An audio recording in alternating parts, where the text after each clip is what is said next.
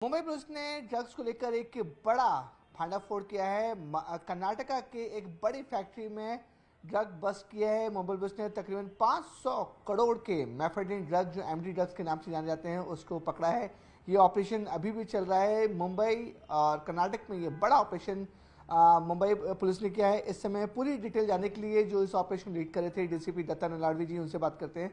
Sir, क्या ये पूरा ऑपरेशन और किस तरह से आपको इनपुट्स मिले कि कर्नाटक में जाके आप उन्हें रेड की? सर, अप्रैल के एंड में हमने एक केस दर्ज किया था जिसमें एक एक्यूज से 52 ग्राम्स मेफेड्रॉन जब्त किया था। इसी केस के फर्दर इन्वेस्टिगेशन में हमने और 3 लोगों को पकड़ा।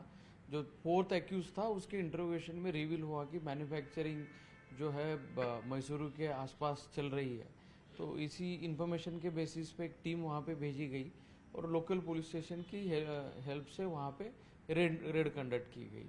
तो इस कार्रवाई में पहले इनिशियल सीजर और मैसूर का रेड मिला के हम 190 केजी मेफेड्रॉन जब्त कर चुके हैं। और परसों भी हमने एक मुंबई में इसी केस के सिलसिले में रेड कंडक्ट किया।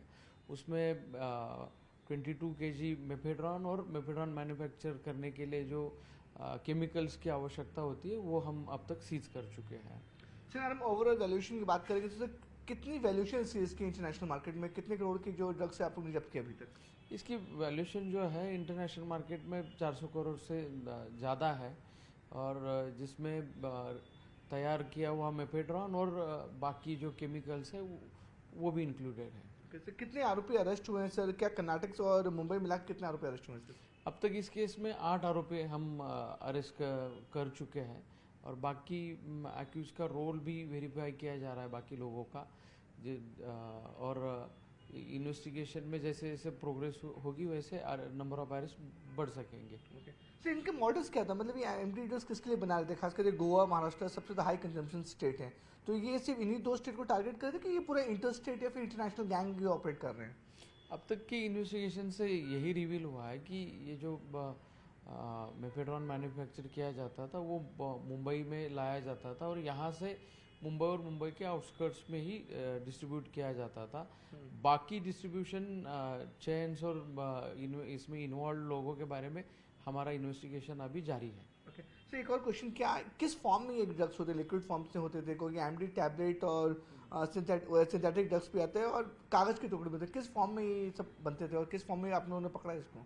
हमने जो सीजर किया है वो पाउडर्ड फॉर्म में है और कुछ सेमी सॉलिड फॉर्म में है, और केमिकल जो है वो भी कुछ पाउडर्ड फॉर्म में और एक्वियस सॉल्यूशंस भी है कुछ केमिकल्स के। तो मेनली ड्रग जो है पाउडर्ड फॉर्म में हमने सीज किया है। ओके सर, आपने कई बड़े ऑपरेशन किए। हमने सोलापुर में देखा, महाराष्ट्र के अलग अलग हिस्सों में देखा, तो क्या नया मॉडल्स हो गया कि अब महाराष्ट्र में ना फैक्ट्री लगाकर अब दूसरे स्टेट में जाएंगे ताकि मुंबई पुलिस या महाराष्ट्र पुलिस वहां तक ना पहुंच पाए? ये क्रिमिनल्स की जो एक अलग तरीके की मोडस है, खुद की अनोनिमिटी और मैन्युफैक्चरिंग प्लेस की कॉन्फिडेंशियलिटी मेंटेन करने के लिए अलग अलग जगहें चुनी जाती है, नए लोगों को रिक्रूट किया जाता है, उनका यूज़ करके मैन्युफैक्चरिंग किया जाता है, और डिस्ट्रीब्यूशन भी अलग अलग तरीके से, यानी कि अलग अलग ट्रिक्स का यूज़ करते हुए किया जाता है। सो कोई गैंग, कोई इंटरनेशनल गैंग, कोई इतना बड़ी मात्रा में ड्रग्स पकड़ना, मैन्युफैक्चर होना, कुछ लोग इन्वॉल्व है इसमें? इस केस का इन्वेस्टिगेशन जो अभी बहुत ही इनिशियल स्टेज में है। अलग अलग लोगों की इन्वॉल्वमेंट, केमिकल सप्लाई में जिन लोगों की इन्वॉल्वमेंट है, मैन्युफैक्चरिंग या फिर सप्लाई चेन के जो पार्ट है, तो उस पर इन्वेस्टिगेशन जारी है। अभी ऑपरेशन अभी भी चल रहा है? यस। ओके तो ये थे हमारे साथ डीसीपी दत्ता नलाडवी जी, जोन 10 के पूरे ऑपरेशन उन्होंने लीड किया, और इन्हीं के पास एक इनपुट्स आए थे कि ड्रग्स की जो फैक्ट्री है वो कर्नाटक में है, और 52 ग्राम से लेकर 500 करोड़ का जो ड्रग्स है अब तक मुंबई पुलिस ने इसमें जब्त कर लिया है, और ये ऑपरेशन अभी भी चल रहा है। और मुंबई पुलिस दावा कर रही है कि आने वाले दिनों में कुछ और लोग की गिरफ्तारी होगी और कुछ और ड्रग्स भी बरामद किए जा सकते हैं।